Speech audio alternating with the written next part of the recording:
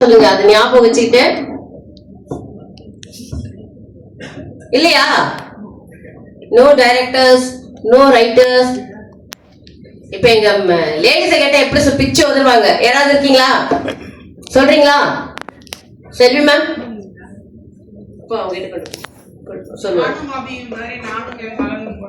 நீங்களும் உங்க மகளும் எல்லாம் காமன் ஆயிடும் இல்லையா? குறிப்பிட்டு இந்த எக்ஸாம் ஃபேஸ் பண்ணி படத்தையே கன்வெர்ட் பண்ணி உங்க தலைப்பா கூட மாத்திக்கலாம். ஓகே சரி, யோசிச்சு வைங்க. கடைசியில வேணா சொல்லுங்க. இன்னும் வந்து ஒரே ஒரு நிகழ்ச்சி மட்டும் இருக்கு, அது முடிச்சு விடுறோம், சீக்கிரம் விட்டுடுறோம். ரொம்ப நேரமா பேசியதால லலிதா மேடம் கிட்ட மைக்க கொடுத்துடுறேன். அடுத்த ஒரு சின்ன பரிசளிப்பு இருக்கு. மேம் சொன்னாங்க இல்லைங்களா, நிறைய போட்டிகள் நடத்திக்கிட்டே இருந்தோம் ஒரு வருஷமா. அந்த போட்டிகளுக்கான பரிசளிப்பு இப்போ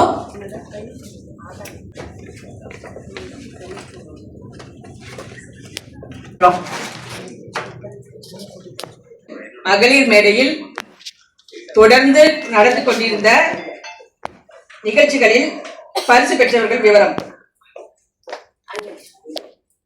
கவிதை போட்டியில் பங்கேற்று பரிசு பெற்றவர்கள்: பிச்சைமணி முதல் பரிசு பிச்சைமணி மேம்.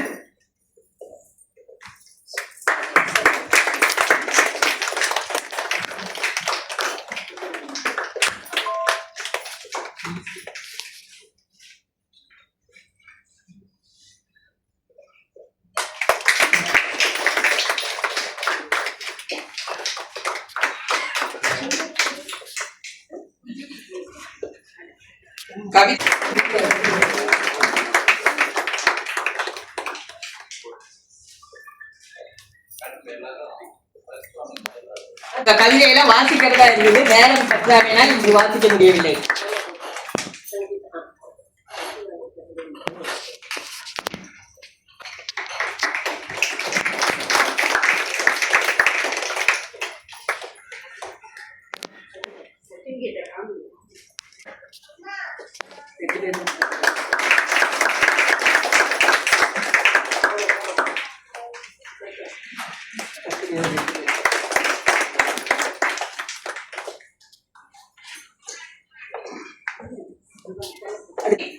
இதில் கலந்து கொண்டு பரிசனை பெற்றவர்கள்: புவனேஸ்வரி மேம் முதல் பரிசு, சபிதா மேம் இரண்டாம் பரிசு.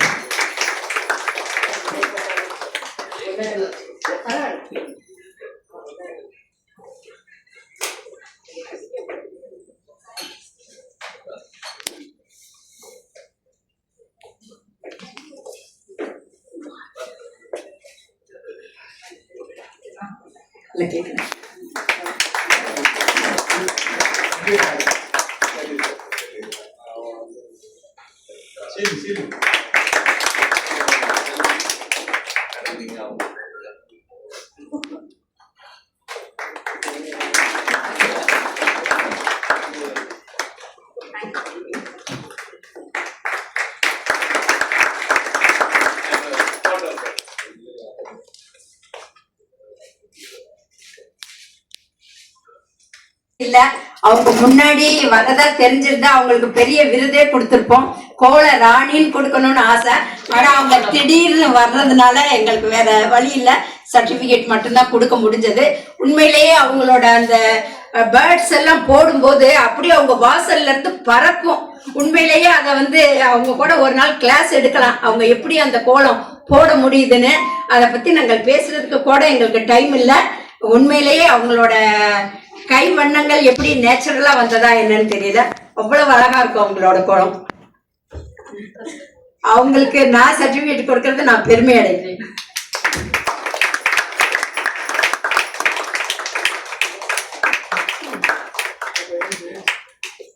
இரண்டாம் பரிசு ரகல்யா தினேஷ். இவர் பொறியியல் பட்டதாரி, பள்ளி கல்லூரி முதன்மை மதிப்பெண் பெற்றவர். ஆங்கில மேடை பேச்சில் ஆர்வமுள்ளவர். ஓவியம், கோலம், வண்ணம் தீட்டுதல் விருப்பத்துடன் கலந்து கொள்வார். நடனம், பாடல் பயின்றவர். டூடுல்ஸ் வகை ஓவியத்தில் மலேசிய அதிபரிடம் பரிசு பெற்றவர் ரகல்யா தினேஷ் அவர்கள்.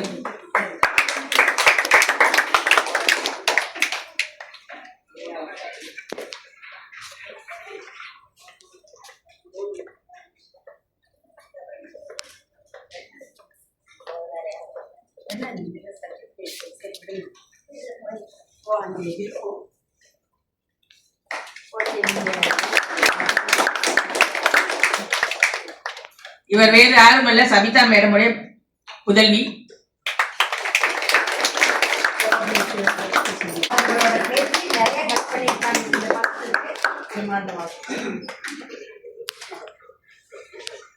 ராஜி பூபாலன், திரு லலிதாலட்சுமி, திருமதி லலிதாலட்சுமி, நடுவர் திருமதி ரா கலைச்செல்வி, தொகுப்பாளர் திருமதி புவனேஸ்வரி மேம். இது கொண்ட அனைவருக்கும் எனது மனமார்ந்த வாழ்த்துக்கள்.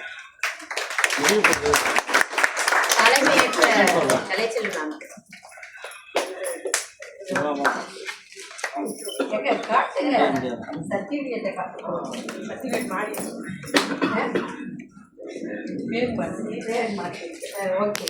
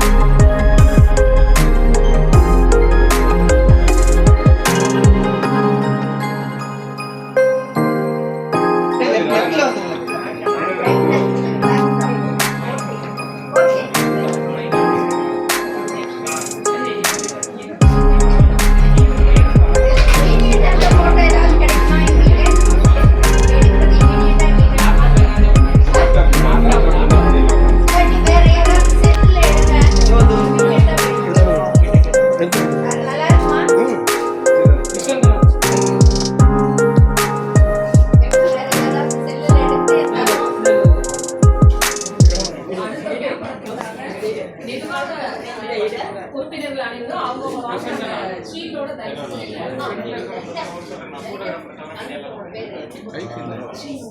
ஓகேயா?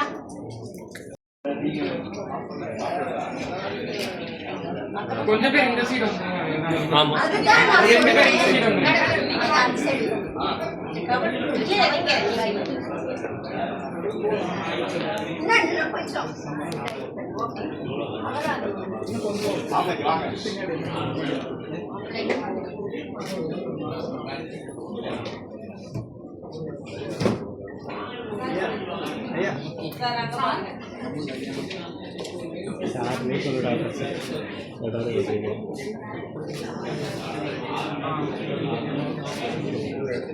பின்னாடி போர்டு மாதிரி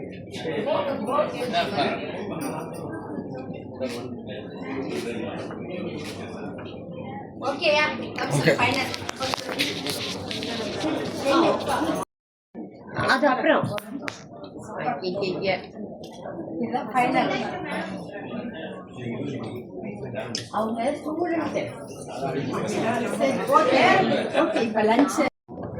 நவசமாஜ் மகளிர் மேடை சார்பில் சாதனை பெண்களுக்கு விருது வழங்கும் விழா சென்னை அண்ணா நூற்றாண்டு நூலகம் வளாகத்தில் நடைபெற்றது.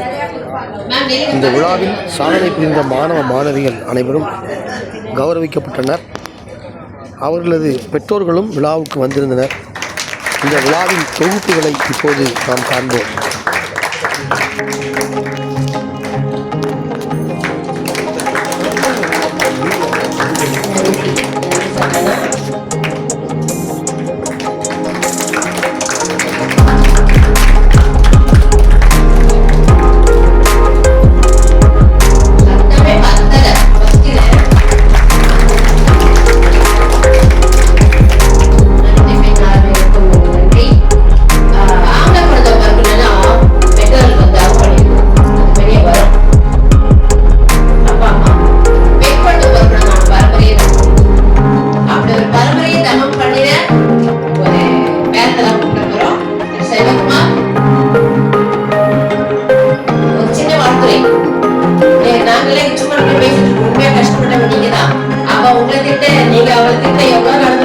போது உங்களுடைய கருத்துக்கள் கொஞ்சம் சுருக்கமா நல்ல விளக்கமா.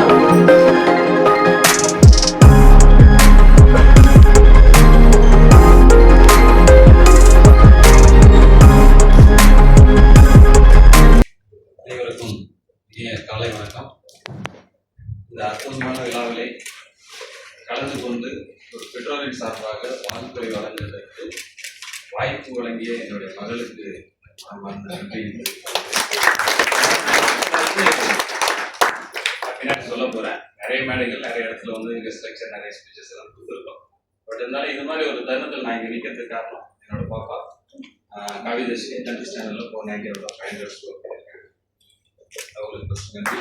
அப்புறம் இது மாதிரி ஒரு அற்புதமான ஒரு விழாவை வந்து முன்னெடுத்து நல்லா படிக்கக்கூடிய குழந்தைகளை வந்து இங்கே வரவழைச்சு அவங்களை ஊக்கப்படுத்தி அவங்க வாழ்வில் சிறப்பான ஒரு இடத்துக்கு அடையிறதுக்கு நமது சமுதாயத்தில் இந்த மாதிரி ஒரு நவசமாஜ் அமைப்பை ஏற்படுத்தி மகளிர் மேடையை வந்து உருவாக்கி அதில் இன்னைக்கு ஒரு சிறப்பான விழாவை நடத்தி கொண்டு இருக்கக்கூடிய நவசமாஜ் அமைப்பினுடைய மாநில தலைவர் மரியாதைக்குரிய அன்பானந்தனை அவர்களுக்கும் சிறப்பு விருந்தினர் மாண்புமிகு அடிஷனல் செக்ரட்டரி தேன்மொழி மேடம் அவர்களுக்கும் இந்த நிகழ்ச்சி வெரி ஃபர்ஸ்ட் டேலிருந்து பல முறை என்கிட்ட ஃபோனில் பேசி இந்த எப்படி வரணும் என்ன ஏன்னு, ஏன்னா அவங்க ஒரு விஷயமும் சொல்லும் போது அவங்களுக்கு இந்த விஷயத்துல எவ்வளோ ஆர்வமும் அக்கறையும் ஈடுபாடும் இருக்கு அப்படின்றது வந்து தெரிஞ்சுக்கிற மரியாதைக்குரிய கலைச்செல்வி மேடம் அவர்களுக்கும் மற்றும் இங்கே வந்திருக்கக்கூடிய அனைத்து சிறப்பு விருந்தினர்கள் மற்றும் நவசமாஜ் டைரக்டருடைய அனைத்து பங்கேற்பாளர்கள் அமைப்பாளர்கள் அனைவருக்கும் எனது மனமார்ந்த காலை வணக்கத்தை தெரிவித்துக் கொண்டிருக்கிறேன்.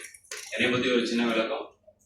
நான் மருத்துவர் செல்வகுமார், தமிழ்நாடு அரசு கால்நடை பராமரிப்பு துறையில கால்நடை மருத்துவராக கடந்த 18 ஆண்டுகளாக என்னுடைய சொந்த ஊர் வந்து பார்த்தீங்கன்னா தருமபுரி மாவட்டம் அரூரை சேர்ந்தவன். அரூர் கோட்டத்தில் வந்து பணிபுரிஞ்சுட்டு இருக்கேன். ஆக்சுவலாக இந்த ஊக்குவிக்கிறது அப்படிங்கிறது வந்து பார்த்தீங்கன்னா ஒரு மிக சிறந்த ஒரு விஷயங்க.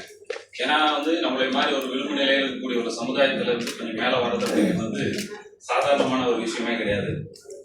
ஏன்னா என்னுடைய தாத்தா வந்து ஒரு குலத்தொழில் செஞ்சுட்டு ஒரு சவர தொழிலாளி. எங்க அப்பா வந்து பாத்தீங்கன்னா அது வந்து கொஞ்சம் மேல வந்து கிளாஸ் லேமினேஷன் அது மாதிரி போட்டோ ஒர்க் செஞ்சுட்டு இருக்கக்கூடிய அடுத்த லெவல் பண்ணாரு. அடுத்த லெவல்ல வந்து என்னை வந்து இன்னைக்கு வந்து தமிழ்நாடு அரசுல ஒரு கெசட் ஆஃபீஸரா ஒரு கால்நடை மருத்துவராக இன்னைக்கு வந்திருக்கோம் அப்படின்னா வந்து இதுக்கெல்லாம் ரொம்ப ஸ்ட்ரகிள் பண்ணோம். ஆனா இனிமேல் வரக்கூடிய சமுதாயத்துக்கு வந்து அது கொஞ்சம் ஈஸியா இருக்கும்னு நினைக்கிறேன். ஏன்னா வழிகாட்டுறதுக்கு வாய்ப்புகள் வழங்குறதுக்கான நிறைய வாய்ப்புகள் வந்து இன்னைக்கு வந்து டெக்னாலஜி உருவாக்கி இருக்கு. மக்கள் நிறைய இருக்காங்க. இது மாதிரி ஆர்கனைசேஷன் இருக்கு. வழிகாட்டுறதுக்கான வாய்ப்புகள் வந்து நிறையவே இருந்திருக்கு. அதனால இந்த வாய்ப்புகளை வந்து இன்னைக்கு இருக்கக்கூடிய குழந்தைகள் வந்து நல்ல திறமா வந்து சிறப்பா பயன்படுத்திக்கணும் அப்படின்னு கேட்டுது. ஏன்னா இன்னைக்கு வந்து இந்த கல்வி அப்படிங்கிற ஒரு விஷயம் வந்து இன்னைக்கு எல்லாருக்கும் கிடைக்கக்கூடிய வாய்ப்புகள் இருக்கு. ஏன்னா எங்க தாத்தா கிடைக்காத கல்வி, எங்க அப்பா கிடைக்காத கல்வி எனக்கு கிடைச்சிருக்கு. ஏன்னா ஆப்பர்ச்சுனிட்டி வந்து நீங்க எல்லாருக்கும் எல்லா வாய்ப்புகளுமே இருக்கு. ஏன்னா ஒரு சாதாரணமா வந்து நம்ம வந்து வாட்ஸ்அப்ல ஒரு பேச்சுக்கு சொல்லுவோம். ஒரு பழங்குடியின பெண் வந்து இன்னைக்கு வந்து இந்தியாவோட குடியரசுத் தலைவராக இருக்காங்க. ஒரு டீ கடையில டீ வித்தவர் இந்த இந்திய பாரத பிரதமராக இருக்காரு. ஒரு நல்ல நடிகர் இந்த தமிழ்நாட்டோட முதலமைச்சராக இருக்காரு. ஏன்னா வாய்ப்புகள் எல்லாருக்குமே இருக்கு.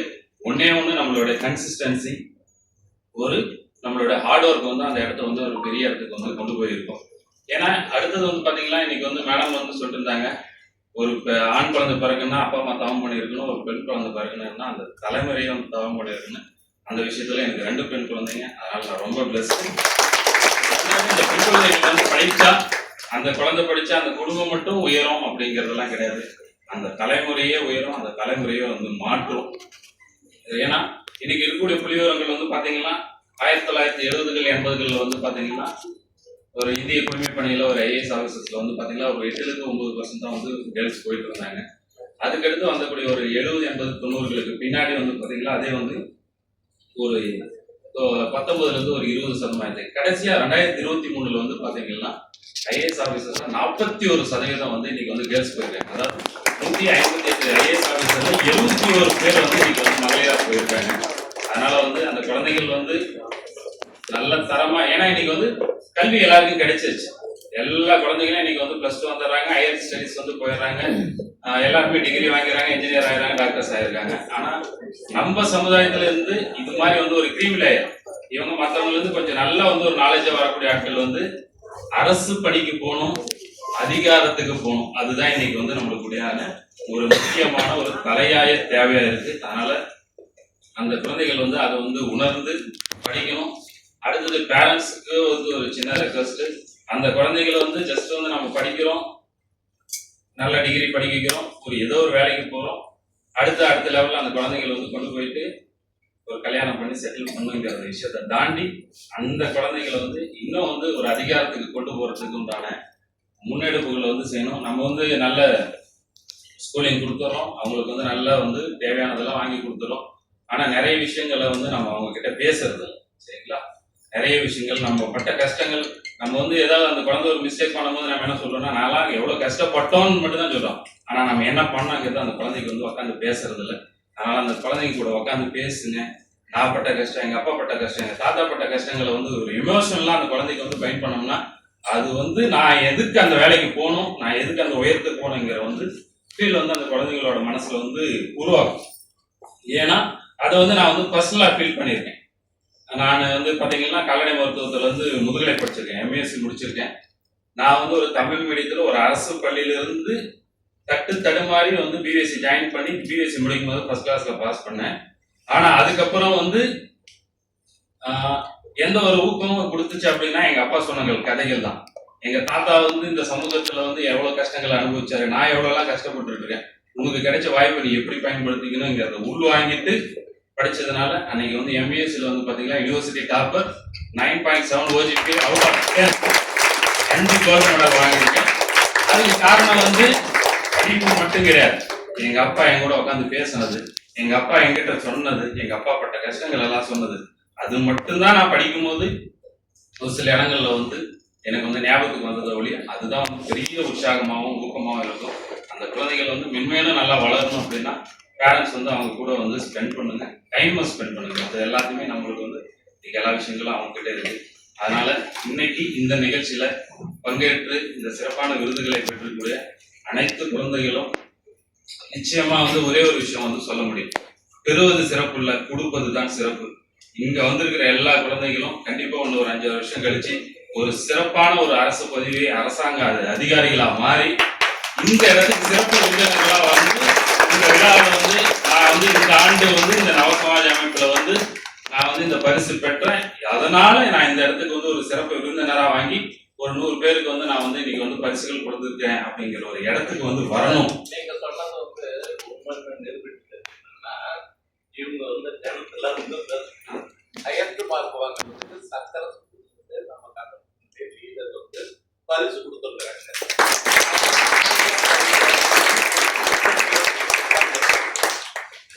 ஐயா சொன்ன மாதிரி கண்டிப்பா இன்னைக்கு வந்து இந்த மேடையில வந்து பரிசு பெற்ற அனைத்து குழந்தைகளும் நல்லா சிறப்பா படிச்சு சிறப்பான ஒரு அதிகாரத்துக்கு போகணும். பணிக்கு போகிறதுன்றது வந்து சென்டென்ஸ் இல்லை, அதிகாரத்துக்கு போயிட்டு இந்த இடத்துல ஒரு சிறப்பு விருந்தினரா வந்து எல்லாரும் கலந்துக்கிட்டு மற்ற அடுத்து வரக்கூடிய தலைமுறைகளுக்கு வந்து வழங்கக்கூடிய இடத்துக்கு வந்து உயரணும்னு வாழ்த்தி இந்த நிகழ்ச்சியில் கலந்து கொண்ட அனைத்து பெற்றோர்களுக்கும் நல்வாழ்த்துக்களை கூறி இந்த சிறப்பான ஒரு தருணத்திற்கும் சிறப்பான ஒரு வாய்ப்புக்கும் நன்றி கூறி விடைபெறுகிறேன்.